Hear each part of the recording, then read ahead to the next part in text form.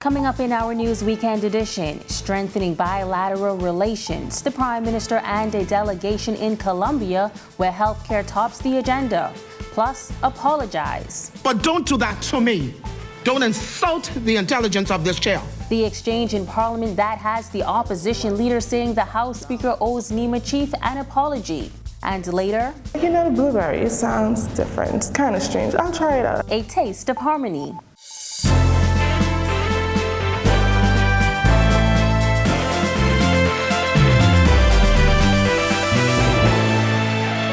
Welcome to our News Weekend edition, and thank you so much for joining us. I'm Megan Shepard.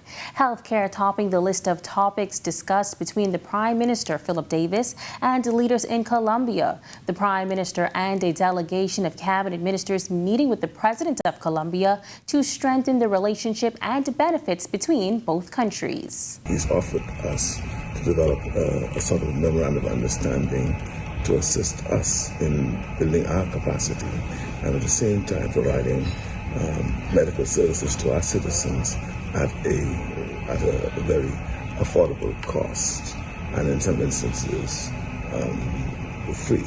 Now, the health ministers for both countries will spearhead the crafting of that memorandum of understanding.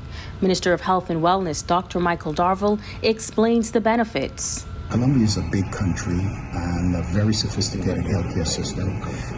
The Minister of Health for that country and myself started bilateral discussions in Geneva. It's now spilled over to the summit. And so we are in the process of crafting a very interesting MOU where Bahamians can access these important services in Colombia.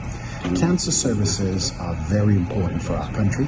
And there is a brand new facility that has been constructed in Bogota that is world class, have all of the sophisticated equipment, and so I'm very excited to get into these memorandum of understanding so we can tap into some of these technological innovative services in the cancer arena. Prime Minister Davis says benefits for the island of Eleuthera may also be soon on tap. The conversation centered around his citizens' ownership of several hundred acres of land in South Eleuthera, Sarmiento, and his desire to see that his constituents, his citizen, develop that property as promised.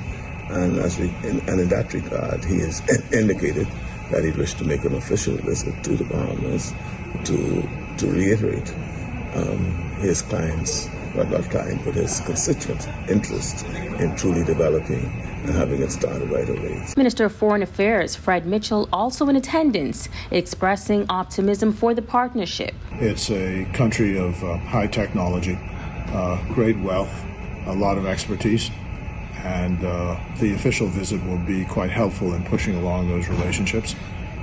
Caribbean countries and CARICOM countries need to have greater outreach to Latin America. And so this is a step in fulfilling that philosophical ideal. The Bahamas government should be commended for creating a budget that will not impact individuals too drastically, according to the head of a local civil organization. However, it will be interesting to see how the plan is put into action. Christina Dragovich takes a look. The government has to strike this balance of taking care of people's immediate needs. I mean, we're still in the midst of this very dire economic circumstances coming off of the economic impacts of the COVID pandemic, as well as the prices are now going up based on energy and inflation across the world. Executive Director of the Organization for Responsible Governance, Matt Aubrey, says he and other non-governmental organizations will be looking to see how government allocates money to make the biggest impact. There needs to be this focus on how do we address and deal with some of these long-term issues. Whether it be how do we make sure that NIB is solvent, how do we bring our debt down to more manageable levels, how do we ensure that we can have an impact on making sure that the monies were being invested in government have the biggest impact. And that includes taxation. Before the budget presentation began, Economic Affairs Minister Michael Halkitis indicated there would be no new taxes. However, government has made it clear it will focus on reclaiming existing taxes as it tries to create more opportunities. The growth of a sustainable economy is going to be on our private sector. And so if you're moving into that space, you can't have that conversation without looking at productivity, without looking at the impact on our local economies. I think what came out of COVID was how important it is that we drive and foster growth in our local economies. Aubrey is representing the Bahamas during the Summit of the Americas, which wrapped up on Friday. Reporting for our news, I'm Christina Dragovich. After she launched a blistering attack on NEMA Director Captain Stephen Russell, Free National Movement leader Michael Pintard says the House Speaker owes him an apology. Berthany McDermott reports. Free National Movement leader Michael Pintard says House Speaker Patricia DeVoe owes NEMA Director Captain Stephen Russell an apology. The call comes after she launched an attack on him for his response to tornadic activity on Wednesday evening. In light of what the facts are, she owes Captain Russell an apology. Unless there's some other facts that are going to emerge, she owes him an apology. So we're sympathetic for the 80-year-olds who were impacted. We're sympathetic for the passion she, like I, would express for our constituents. But decorum is important, and she ought to apologize to a veteran public servant. The tornadic activity damaged homes in the Bamboo Town constituency DeVoe represents. She said while officials from the Ministry of Works and Social Services responded, NEMA officials didn't.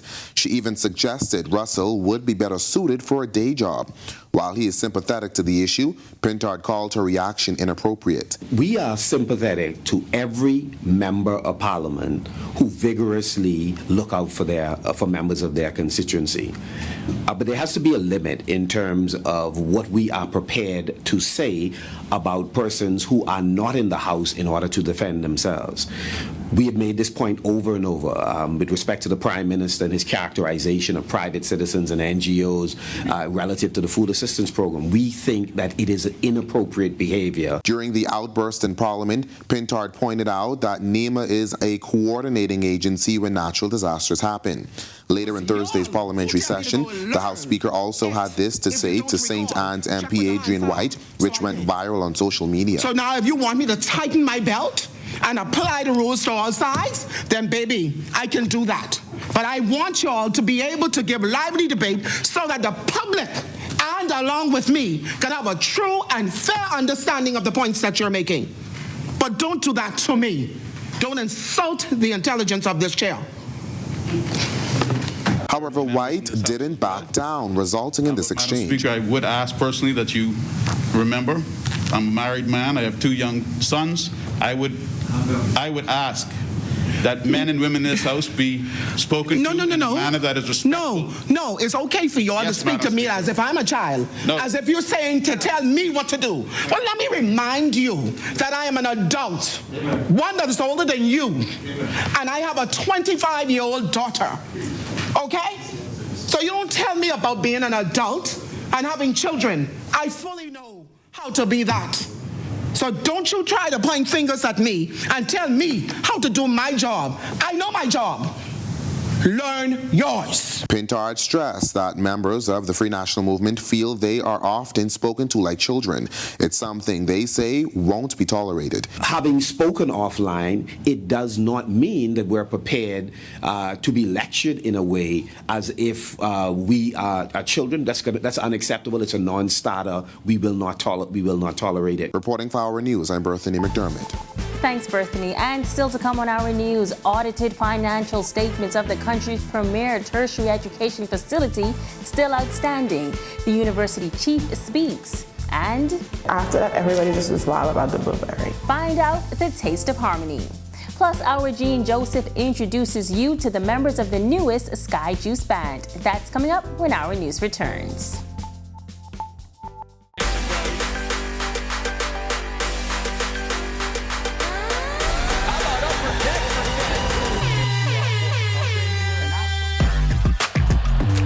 Got size at 6'5".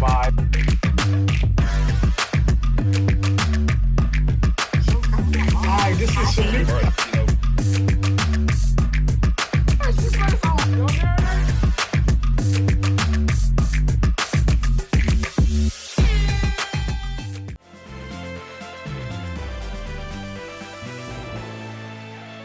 A man is dead tonight and police on the lookout for his killer. Police say that incident happening around 1 o'clock this afternoon. Press liaison Superintendent Audley Peters telling Our News the victim was reportedly sitting on a porch on East Street opposite Coconut Grove Avenue when a lone gunman approached and shot him several times. Superintendent Peters saying there are no leads at this time. For the latest on this, visit Our News Bahamas on Facebook. 3 police officers are among 5 men arrested for drug possession and other related offenses on ACKLINS Island. Police saying an ongoing investigation that began on the island on Tuesday as a result of a drug seizure led to the arrest of the officers and 2 Colombian nationals. Police asking for anyone with information that may help their investigation to come forward. And there is no evidence the sudden death of a recently released sex offender was the result of retaliation, according to Police Commissioner Paul Roll. 55-year-old Alden Scott was released from prison on May 20th and died in hospital less than a week later. A family member says Scott was found bleeding from his nose on a dirt road. However, the autopsy had to be completed before a cause of death could be determined. Because he had a medical condition, I couldn't elaborate on that, but there's, as he said, no evidence of no blunt force. What the thing is suggesting is something to the contrary. Meantime, ballots from the 2021 general elections have been destroyed. Acting Parliamentary Commissioner Lovato Duncanson says the 3-day exercise ended today. This process involved us retrieving the ballots from police headquarters where they were secured over a period of 6 months or somewhere a bit longer. And we commenced this exercise on Thursday of this week. And as you can see from the background, we are concluding this exercise. In other news, Minister for Grand Bahama Ginger Moxie declaring in Parliament that grand things are happening for Grand Bahama. While contributing to the 2022-2023 budget debate, she pointed to several projects, including the decision to sell the Grand Lucayan Hotel to an American-based hospitality group. In Electra, the people of Grand Bahama will welcome a corporate partner with a clear vision for the beloved property, significant financial resources, a shared vision for tourism development on our island with an understanding of its social responsibility to the environment and the community. Last month, the Davis administration announced it agreed to sell Grand Lucayan Resort to Electra America Hospitality Group for $100 million. The project is slated to create 2,000 construction jobs and 1,000 permanent jobs. Electra has committed to spending $300 million to develop the property. Moxie announcing Electra has indicated they will donate the hotel's furniture to the Grand Bahama community. Electra will contribute to the development of the community through its $5 million contribution to the Ministry for Grand Bahama's Collab unit. Electra America Hospitality has also agreed as a grand corporate citizen to donate the furniture from the resort to the people in the Grand Bahama community.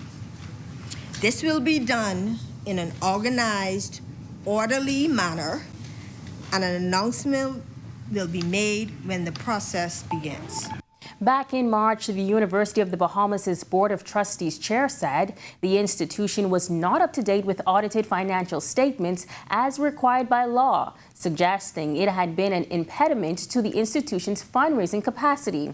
Our Sasha Lightbourne speaks to the university's presidents about these audits. By October this year, the University of the Bahamas' audits will be brought up to date. That according to outgoing UB President, Dr. Rodney Smith. We are currently completing the 2016-17 audits, and by October of this year, we will have completed the 2021 audits as well. 2022, actually, by October of this year. So within a few months after my departure, our audits will have been caught up. He explained what some of the audit challenges were when he came into office. We did not want to put a Band-Aid in place in terms of our audit process. Instead, we wanted to fix the problem. We were totally manual when it comes to doing audits. When I came on board in 2014, The last audits completed was in 2011. So in order to bring all of those audits up to date, we had to go manually for a few years until the banner system, the data management system, was in place, and we went live in 2019 with the financial administration module. Updated audits are directly connected to accreditation and fundraising for the university, which is why bringing the audits up to date are so important. Dr. Smith explains. We will be in position to make application for international accreditation once our audits are caught up as well. That's one thing. But even more importantly than that, it means that we're in a position to do fundraising on a global basis of multinational corporations, multinational foundations, anywhere in the world that provides funding. The University of the Bahamas will be able to apply for that funding as well. Now, back in March, the university's Board of Trustees officially announced that Dr. Eric Rowland would officially become Dr. Smith's successor. Dr. Rowland is expected to take office on August 1st. Reporting for our news, I'm Sasha Lightbourne. And now it's time for our Generation Next segment. 31-year-old Ketora Henfield Farquharson is a wife, mother, and now self-taught baker. Her company, Taste of Harmony, was founded in March 2020. What started off as a passion project is now rising to new heights.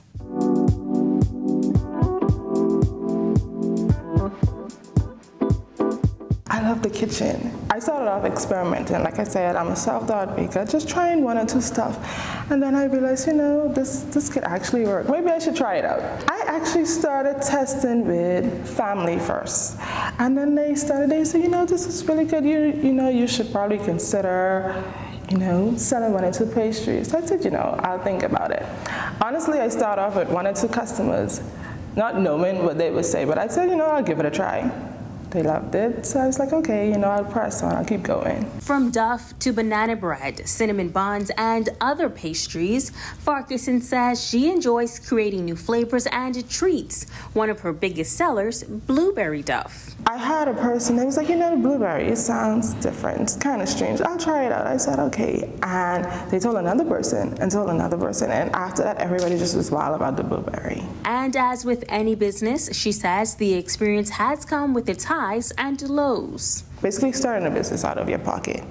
So having to start from scratch, and you build up the funds, but then you come back to this place where you have to touch funds that you're trying to put up for the company.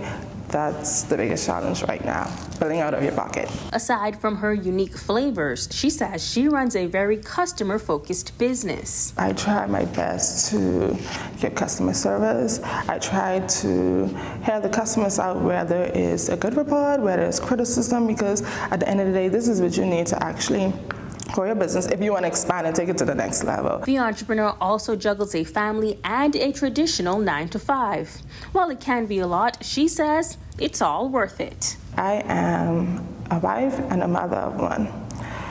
Thus far, in terms of working and trying to be an entrepreneur, honest, pressure tall. Pressure tall, but listen, we get it done. It gets done. Her advice to other aspiring entrepreneurs, it's risky, but keep pushing. We would win. And what I can honestly say, not immediately, absolutely, definitely. And definitely good tasting treats. When our news comes back from the break, a glimmer of hope and a helping hand to those in need. Plus, this Sunday, 7 honored in the highly anticipated Bahamas Gospel Music Awards. And later, the sweet taste and sounds of the newest Sky Juice Band.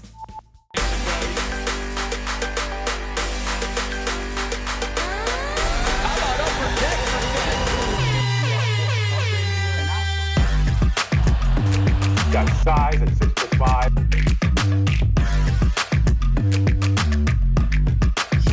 Hi, this is Shamika.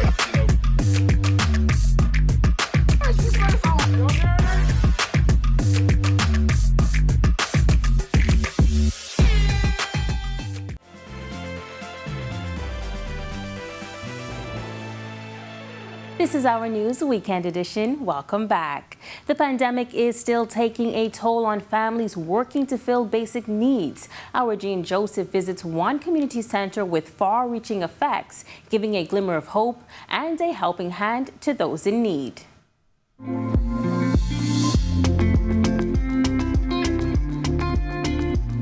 A mother of two travels from Carmichael to the BAIN community to take advantage of the goodwill of an area church.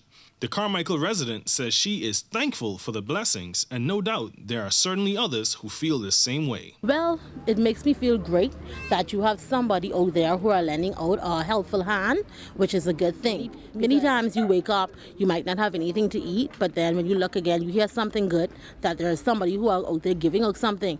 So normally when I get something, it could be a small cup of water, anything, I'm very grateful of. Reverend C.B. Moss and his wife have been making a difference in the BAIN and Grand Sound community for nearly 38 years, regularly distributing food packages to the elderly and shut-ins and carrying out other programs to uplift that inner city community. The bulletin board at Augusta and Meadow Streets alerts members of the community to food distribution dates and other initiatives. But when COVID-19 struck, it forced Moss and his team of volunteers to ramp up their efforts, standing in the gap for the many who found themselves suddenly unable to fulfill their basic needs. Well, even prior to the pandemic, there were people who were struggling to maintain their food sufficiency. And of course, since the pandemic, it has gotten worse. And so this has provided a stopgap for many persons who otherwise may not be able to provide food for the table for themselves and families. The effort is a massive undertaking. One Moss says is only possible through the kindness and generosity of benefactors who support Mount Olive's many programs. He says they do not discriminate and seek to help as many people as they can. We are so grateful to be able to do this. We are supported, of course, by benefactors who would bring items, and we would just distribute them to the persons who show up. We don't care where you're from. We don't ask who you are. We don't seek IDs. If you are here, it means you need. And if we can provide for that need, we will do that. Moss and his team are hopeful that they can reach more people through food assistance and other programs. With the recent budget announcements, it seems to be a reality that will come sooner than they expected, helping them continue a legacy of providing help and hope for many. Reporting for Our News, I'm Jean Joseph. Thanks, Jean. The gospel community is gearing up for the second Bahamas Gospel Awards ceremony this Sunday evening. Executive producer Travis Edgecombe says this year's ceremony is themed Legends and will honor 7 Bahamians who have made contributions to the industry. He explains the reason he started the award show. I realized that the gospel community had no local gospel award show that awarded the artist that was releasing music. We have the Marlin Awards, that is a regional award show that highlights not just Bahamians but other Caribbean islands from various other Caribbean countries. So I needed something that we can claim as ours, and it's a staple to the Bahamas for the gospel community. The award show will be held at the Miles Monroe Diplomat Center at Bahamas Faith Ministries on Carmichael Road. Local performers include Davian Chase and Sturman, among others. He's expecting up to 250 attendees. Tickets are on sale but can also be purchased at the door. As to whether or not this will be a yearly event, Edgecombe says this. If it's the Lord's will, yes.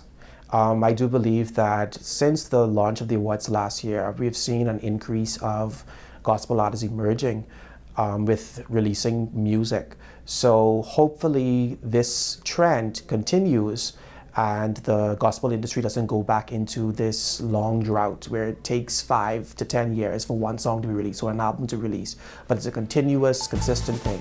And we're so glad to have you in our company this weekend, but don't go away just yet. We still got to look at your weather temperatures for the next 5 days.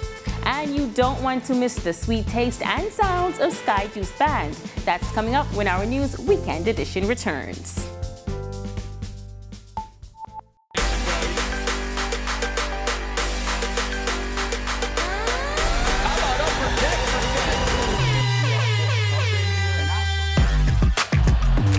Got size at 6'5".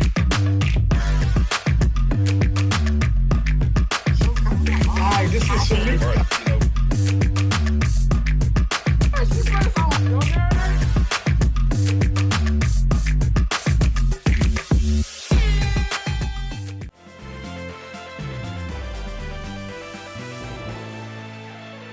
welcome back to the Weekend Edition. And now it's time to see how things are shaping up over the next few days with your extended weather forecast.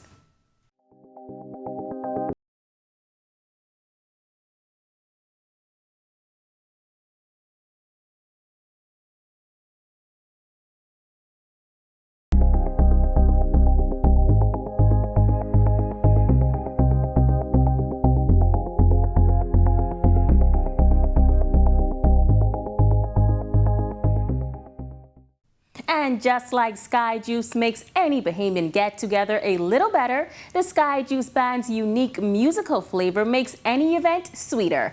Our Jean Joseph got together with the band of JUNKANOO musicians to hear their story.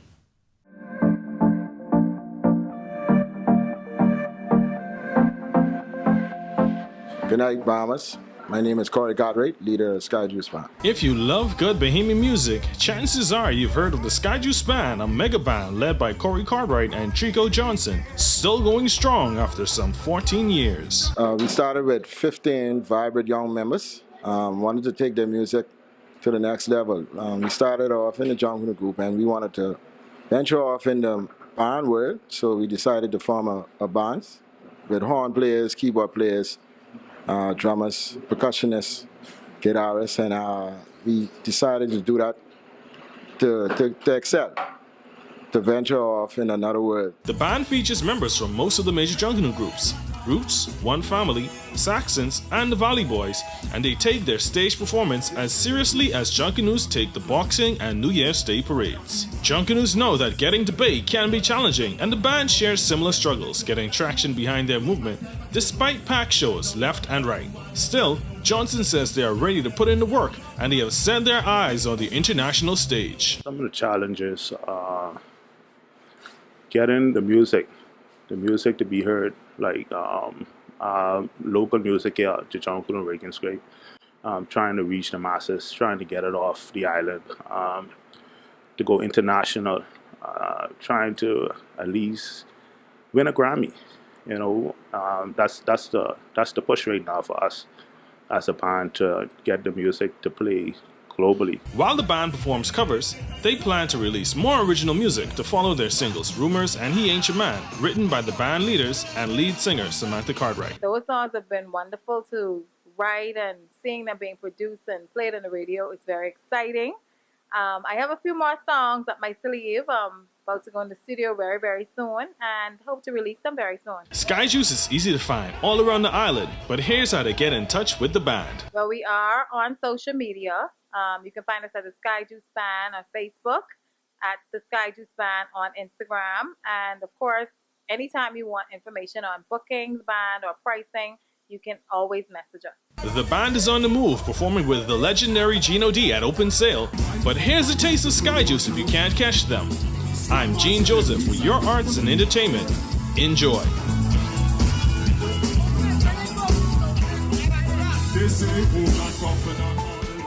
And thank you so much for joining us for our News Weekend Edition. On behalf of the entire team, I'm Megan Shepard. Continue to have a safe and wonderful weekend.